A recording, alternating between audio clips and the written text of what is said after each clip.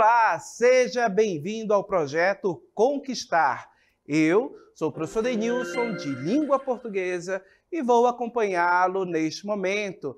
Antes de começarmos, quero lembrar a você de nos seguir nas redes sociais, @Centro de Mídias _AM, e também nos marque nas postagens, #Projeto Conquistar Seducan.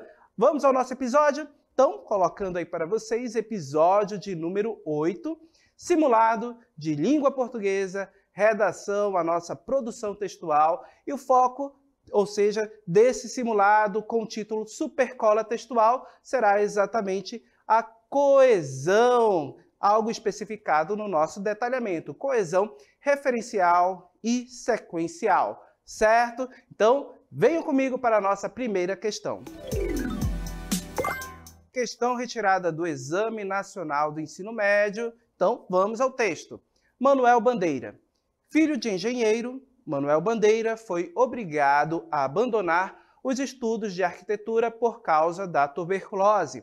Mas a iminência da morte não marcou de forma lúgubre sua obra, embora em seu humor lírico haja sempre um toque de funda melancolia e na sua poesia haja sempre um certo toque de morbidez, até no erotismo. Tradutor de autores como Marcel Proust e William Shakespeare, esse nosso Manuel traduziu mesmo foi a nostalgia do paraíso cotidiano mal idealizado por nós, brasileiros, órfãos de um país imaginário, nossa cocanha perdida, passágada. Descrever seu retrato em palavras é uma tarefa impossível, depois que ele mesmo já o fez tão bem em versos. Então, com base no texto, questão.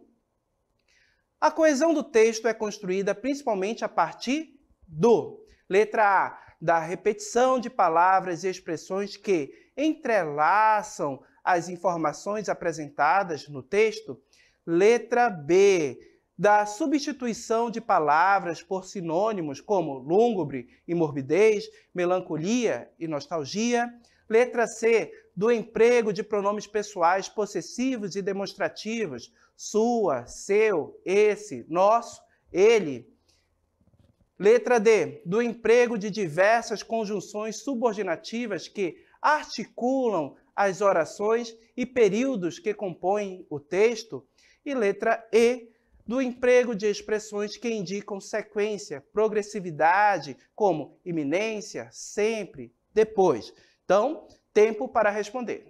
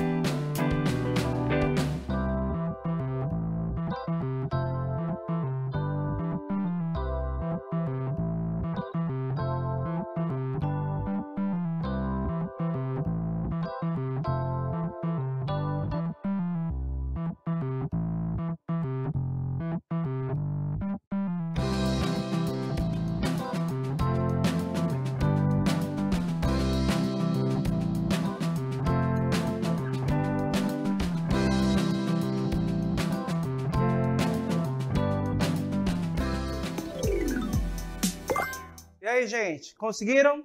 Então, vamos ao nosso gabarito. Resposta correta da questão, letra C. A coesão do texto é construída principalmente a partir do emprego de pronomes pessoais, possessivos e demonstrativos, como sua, seu, esse, nosso e ele. Vamos voltar ao texto para verificar esse emprego de pronomes? Perceba que esse é o principal mecanismo. Isso não significa que não existam outros dentro do texto, mas o que predomina é exatamente o uso do pronome.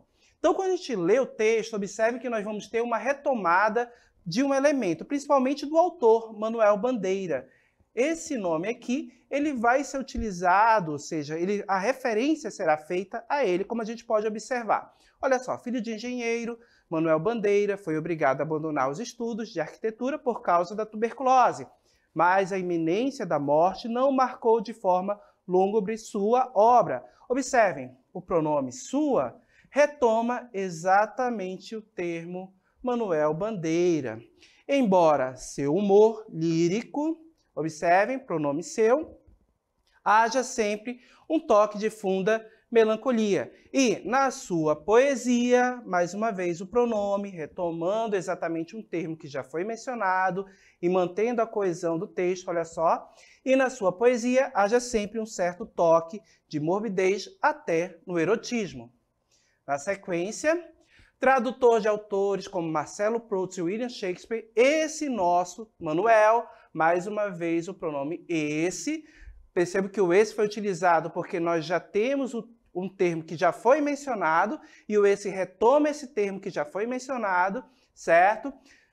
Esse nosso Manuel traduziu, mesmo foi a nostalgia do paraíso cotidiano mal idealizado por nós, brasileiros, órfãos de um país imaginário, nossa cocanha perdida, passágara. Descrever seu retrato, mais uma vez o pronome, em palavras é uma tarefa impossível. Depois que ele quem? Manuel, certo? Mais uma vez o pronome retomando um termo que já foi mencionado. Ele mesmo já o fez tão bem em verso. Então percebam que nós temos uma predominância de uso desse pronome para manter a coesão, retomando um termo que já foi citado e fazendo referência a esse termo. Então percebam que nós temos aí exatamente esses elementos, o pronome como principal mecanismo no texto. Ok? Mecanismo de coesão, claro. Agora vamos ao nosso gabarito comentado. Então, observem que a primeira questão não pode ser marcada, ela é incorreta, porque a alternativa afirma que a coesão do texto é construída principalmente pela repetição de palavras e expressões que entrelaçam as informações apresentadas no texto. No entanto, não há uma repetição significativa de palavras ou expressões que promovam uma conexão direta entre as informações. A gente tem exatamente esse elemento no texto, gente, mas ele não é predominante. O que foi predominante foi o uso dos pronomes, ok? Na letra B, olha só, também não poderíamos marcar, seria incorreta, porque a alternativa menciona a substituição de palavras por sinônimos, como lúgubre, morbidez, melancolia e nostalgia. Embora sinônimos possam contribuir para a coesão em alguns casos, no texto em questão, essa substituição não é uma estratégia predominante. Perceba que nós temos essa estratégia presente, mas não é a predominante. Nós buscamos a que predominou, a que teve mais, ou seja, evidências que foi mais utilizadas no texto. Letra C, já deu para perceber que o Enem gosta de ser bem direto nesse conteúdo, né? Então, nosso texto, na sequência, deu para ver também que a coesão não faz parte só da sua produção de texto. A questão do exame mostra, em suas opções, diversas formas de construir um texto com coesão sequencial e referencial. No trecho, a conexão das ideias, o objetivo principal da coesão, é, na maior parte das vezes, alcançada pelo uso dos pronomes pessoais, possessivos e demonstrativos, já que estamos falando de um grande nome da literatura, Manuel Bandeira, e queremos evitar a sua repetição. Então perceba que a coesão foi estabelecida exatamente por esses elementos, pelos pronomes.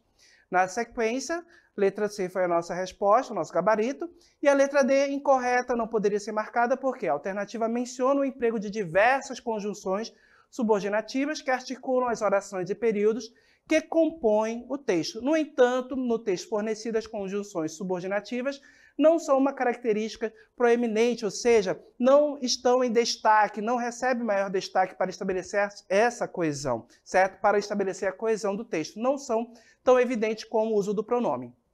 Letra E não poderia ser marcada porque a alternativa menciona o emprego de expressões que indicam sequência, progressividade, como iminência, sempre, depois, certo? Embora essas expressões possam contribuir para a organização do texto, elas não são a principal estratégia utilizada para estabelecer a coesão no texto em questão. A gente percebeu que foi mais utilizado foi o uso do pronome, ok? Então, vamos seguir segunda questão. Questão de número 2, também retirada do Enem. Revolução digital cria a era do leitor-sujeito. Foi-se uma vez um leitor. Com a revolução digital, quem lê passa a ter voz no processo de leitura. Até outro dia, as críticas literárias eram exclusividade de um grupo fechado, assim como em tantas outras áreas.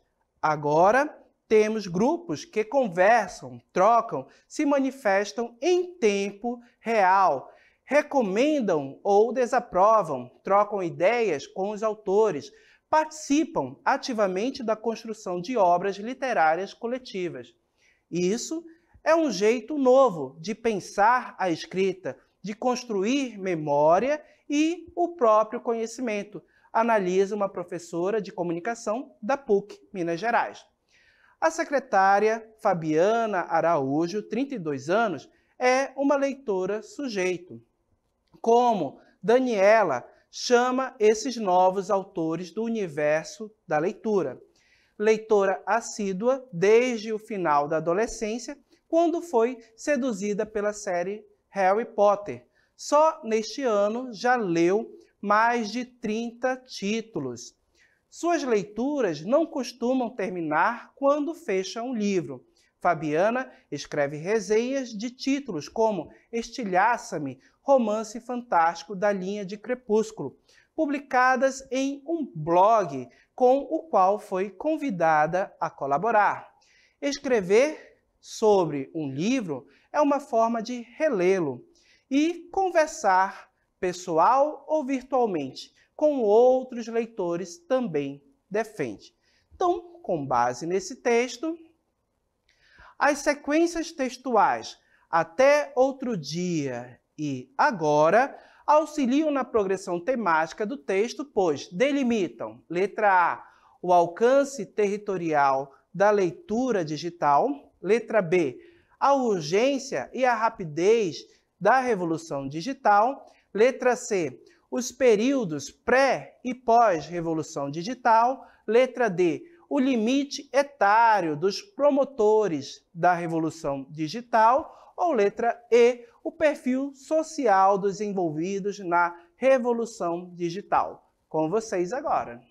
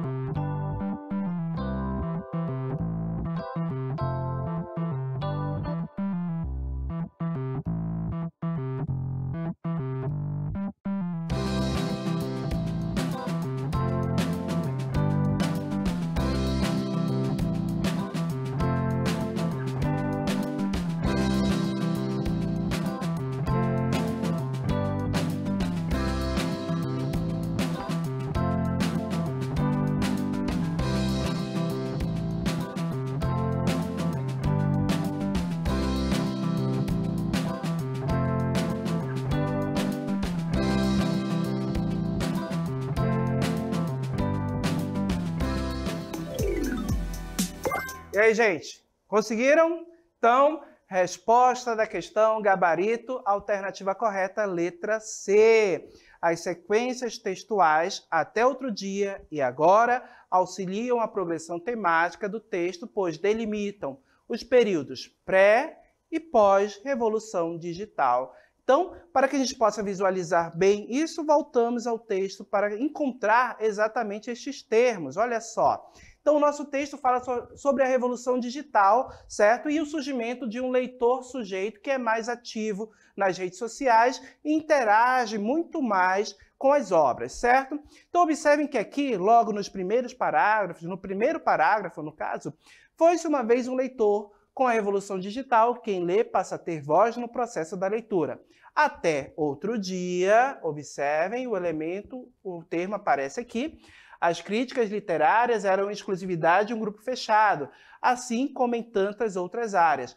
Agora, temos grupos que conversam, trocam, se manifestam em tempo real. Então, observem que esses termos se referem exatamente à questão da revolução digital. E eles marcam uma noção de tempo. Até outro dia, então percebam a ideia de algo anterior, que veio antes.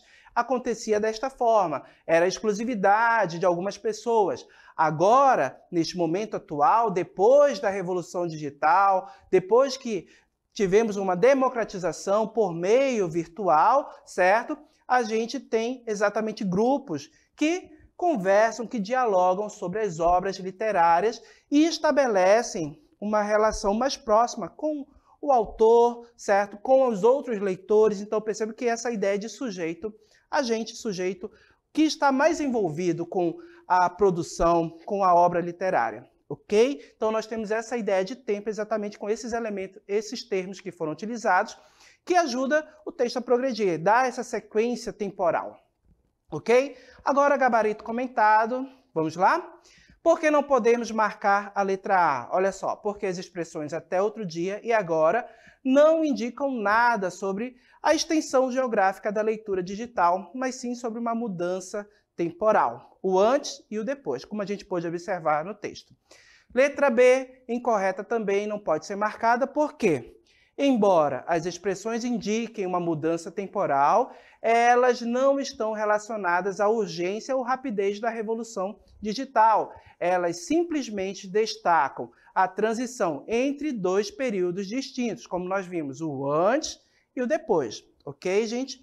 Letra C foi o nosso gabarito, então a resposta é correta, percebo que as expressões até outro dia e agora indicam uma mudança temporal e delimitam os períodos pré-revolução digital e pós-revolução digital. Essas expressões ressaltam a transformação ocorrida no contexto da leitura com o advento da revolução digital, exatamente essa transformação que ocorreu no modo como os leitores interagem com a obra, certo? Antes, voltado, ou seja, em um grupo fechado, mais restrito, agora em um grupo mais democrático, algo mais compartilhado.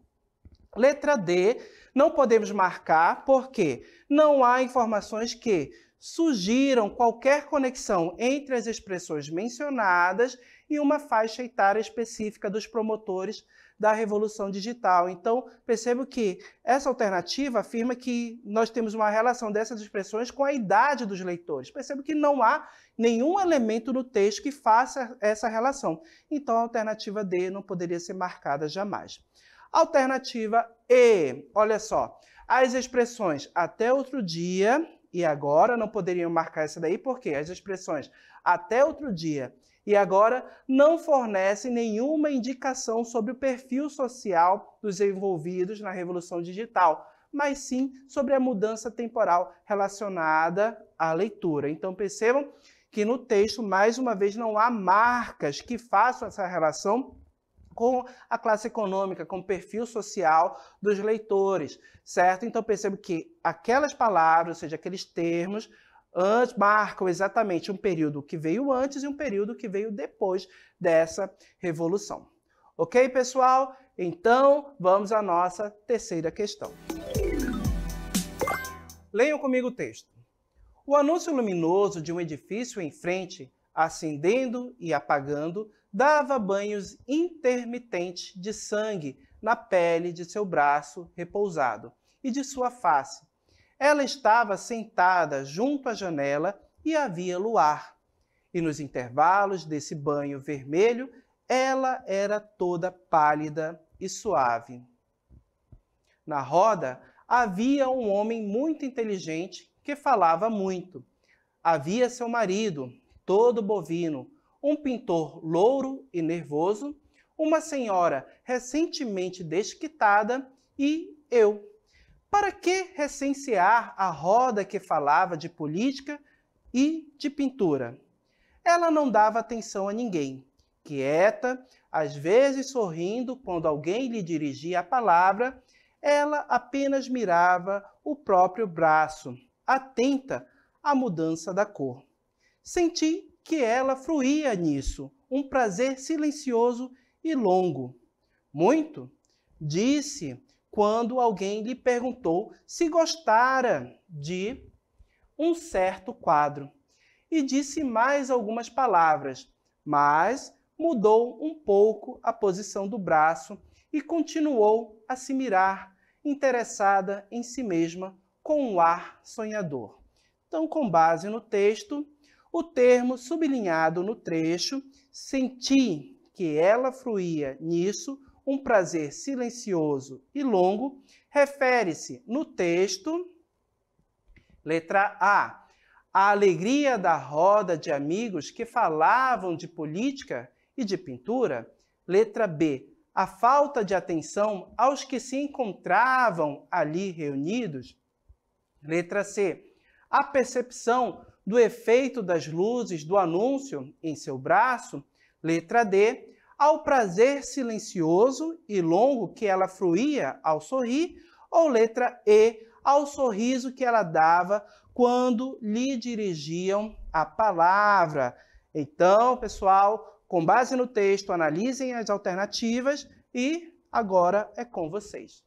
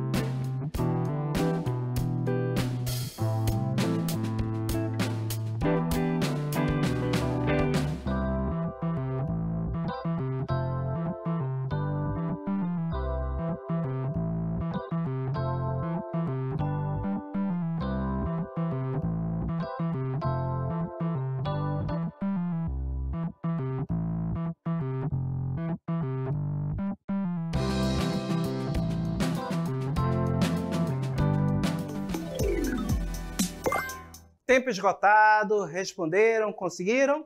Creio que sim. Então, vamos ao nosso gabarito. Alternativa correta, letra C, gente. O termo sublinhado no trecho "senti que ela fruía nisso", um prazer silencioso e longo, refere-se no texto à percepção do efeito das luzes do anúncio em seu braço, do braço da personagem que estava sendo observada. Vamos voltar ao texto para verificar isso? Então, retomando o nosso texto, da nossa questão, temos que encontrar onde esse enunciado aparece. Então, quando a gente avança no nosso texto, a gente percebe que ele aparece bem aqui. Senti que ela fruía nisso. A questão perguntou a qual termo esse enunciado se refere. Então, só relembrando, pronomes como esse, essa, isso, são pronomes utilizados para se referir a algo que já foi mencionado. Então, aqui no texto, você vai buscar algo que já foi dito, algo que veio escrito antes desse pronome, certo? Então, quando a gente volta no período anterior, a gente observa, ela não dava atenção a ninguém, quieta, às vezes sorrindo, quando alguém lhe dirigia a palavra, ela apenas mirava o próprio braço, atenta à mudança de cor. Sentia que ela fruía nisso, um prazer silencioso e longo. Então, a gente percebe que o pronome, certo, se refere exatamente ao ato dela observar o braço, olha só.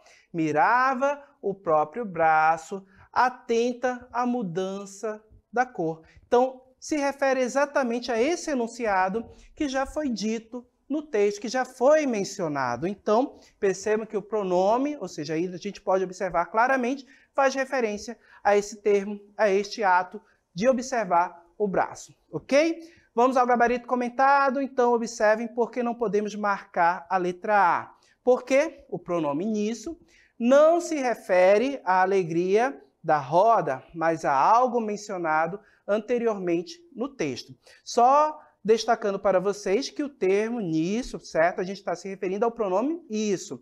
Nessa situação aí, você tem a preposição e o pronome unidos aí, formando exatamente esse enunciado, tá? Mas a gente sempre se refere ao pronome isso nesse destaque aí, tá bom, gente? Letra B não pode ser marcada porque, embora a personagem principal não estivesse prestando atenção aos outros membros da roda, o termo sublinhado não se refere especificamente à falta de atenção, ok? Próxima, letra C, foi o nosso gabarito. O termo nisso se refere à ação de mirar, de olhar, observar o próprio braço e estar atenta à mudança de cor causada pelas luzes intermitentes do anúncio luminoso. Essa é a atividade que ela frui com prazer silencioso e longo a nossa personagem aí, ok? C foi o nosso gabarito. Por que não poderíamos marcar a letra D? Porque, embora o prazer silencioso e longo seja mencionado no trecho, lá no texto, o pronome não se refere especificamente ao ato de sorrir, certo? E letra E, porque não podemos marcar como resposta, porque, embora o sorriso seja mencionado no trecho, o pronome isso não se refere especificamente ao ato de sorrir, ok? Então, nessa questão, nós podemos observar o uso do pronome demonstrativo. Então, você percebeu que o pronome demonstrativo esse e as suas variações faz referência a algo que já foi dito no texto, que já foi mencionado, faz referência, certo? E é utilizado exatamente para retomar esse texto, ou seja, esse termo, mantendo a coesão do texto. Ok? Já o pronome demonstrativo este e as suas variações de gênero e número, ele faz referência, ou seja, ele vai ainda trazer algo que será mencionado. O que for mencionado, o que vai ser relacionado, ou seja, ele faz referência a algo que vem depois, ok? Então, percebam que há uma diferença de uso desses pronomes, ok? Esse, algo que veio antes. Este, algo que vem depois, faz referência a algo que vem depois, que será mencionado depois no texto. Ok, gente? Então, agora vamos às nossas considerações finais. Então, esse foi o nosso simulado, que abordou exatamente a coesão referencial e coesão sequencial. Certo, gente? E agora vamos ao nosso momento, vamos à nossa selfie. Opa!